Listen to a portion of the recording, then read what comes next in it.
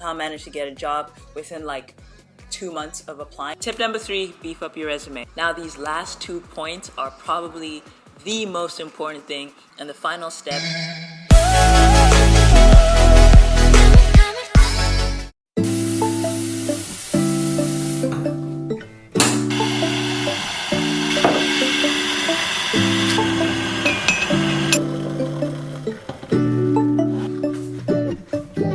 Okay, let's get to it. I know why you're here. You know why you're here. I'm gonna teach you how to make money on OnlyFans.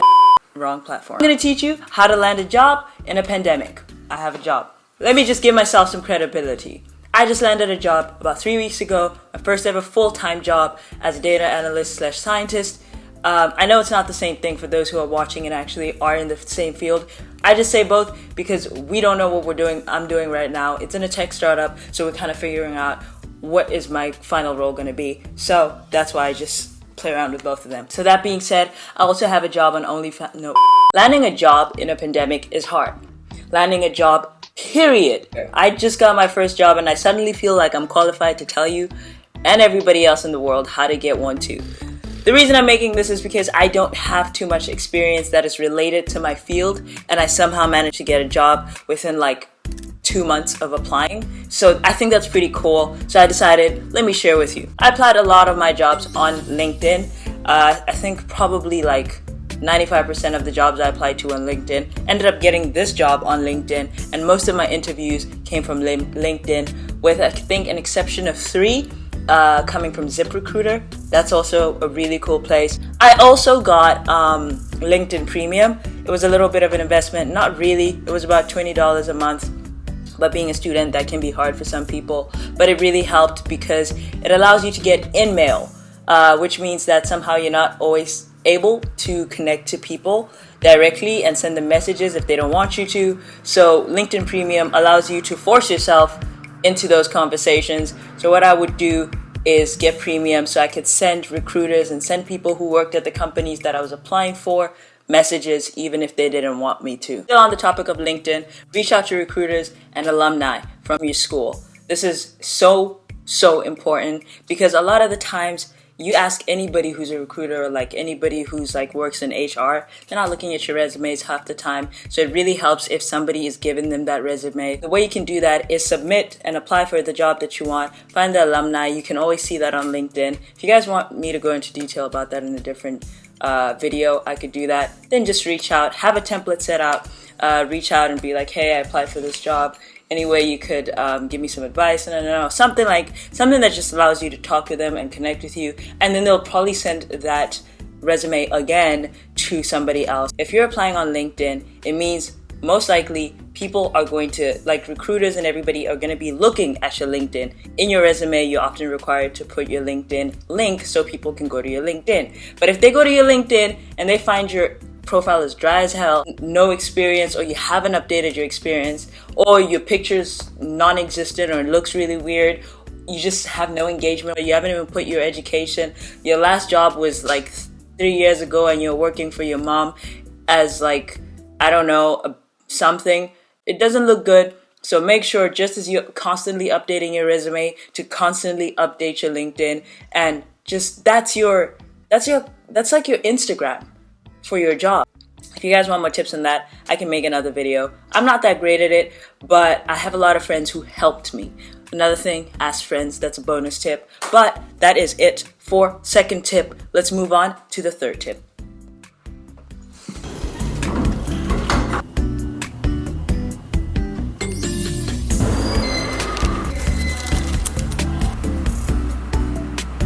Tip number 3, beef up your resume. Now that you have your LinkedIn set up and you're getting ready to apply for jobs, it's really important that your resume looks right. Now, this is something I didn't know until I was like 50 applications in. I reached out to both my friends who work in Microsoft and I said, please look at my resume and help me figure out what I can do to make it better, because I just feel like I'm not getting the responses I should be getting. And the advice that they gave me was absolutely like game-changing. If you don't have a lot of experience, which is what I didn't have in your specific field. So for example, I had a lot of experience, like job experience in general, in like, marketing and retail and all these things, but I was applying to be a data scientist and a data analyst, and I didn't really have a lot of experience in that, and it showed in my resume. So as much as I could show all the jobs that I did recently and all the cool stuff I did, it wasn't really applicable, and it wasn't really proving that I could do the job that they required me to do. So my friend told me, do you have any projects that you're doing? I said, yeah, I did a lot of projects. So she said, put those projects at the top of your resume, because that's the first thing a person's gonna see. So I put like my machine learning projects, my hackathon project. We also worked on a capstone with 2 companies, and then I put it there too, and make sure it varies so it shows all your different skills.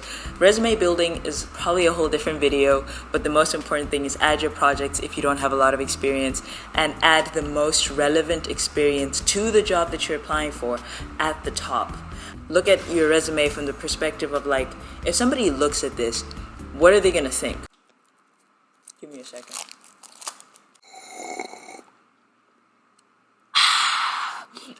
Now these last 2 points are probably the most important thing and the final step, and if you mess these 2 up, you're screwed. You're probably not gonna get the job.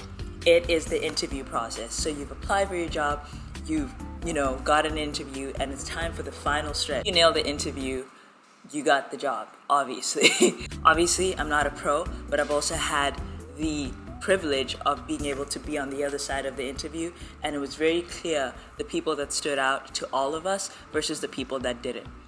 So the most important thing is be prepared. Like I said, if you have a technical job or something, they're gonna ask you about your resume. They're gonna pull up your resume and they're gonna ask you about every single thing that that they found interesting on it, and you better be ready to answer confidently about it. Make sure that you're confident.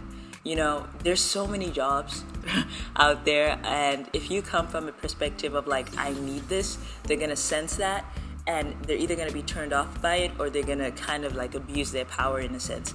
Get in there, even if you're like really desperate for it. Don't show that. Smile, be personable, because people want to work with people that they like.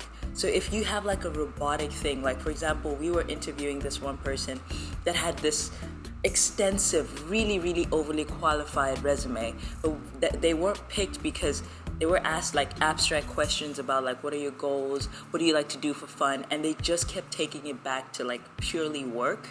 And it was kind of boring. Breathe. You don't have to answer the question immediately. Show them that you're actually thinking and processing the question so you can give them a thoughtful answer. Make sure you listen to the questions that they're saying. There are a lot of times interviewers kind of provide opportunities for you to kind of say something more than the question has been asked. So sometimes you'll answer something and then they'll give you a little like nectode of theirs, right? And instead of you jumping off of that and creating more of a conversation, you just answer the question and you're just trying to get through the interview, they're not going to remember you. The most important thing is make sure that you remember you. And obviously, a lot of the people that are there are just as experienced as you and more. So what makes you stick out the most is you. How you made them feel about themselves, how you made them feel about potentially hiring you. So make sure you bring your A game with that. If you can successfully turn an interview from a question and answer to a conversation, to the point where they're like, oh God, we've run out of time and we didn't ask a lot of questions, you know you did a good job. You know that even if you don't get the job, which it's gonna happen for a lot of interviews, it's because of something else. So that is it for the top 5 things of how to land a job in a pandemic without a lot of experience. I think that's the title. I don't know if I'm going to go with that. I thought it would be a lot shorter, so I hope that I'm able to cut it down. I have this little cool mic here. Yeah, video's over. Bye.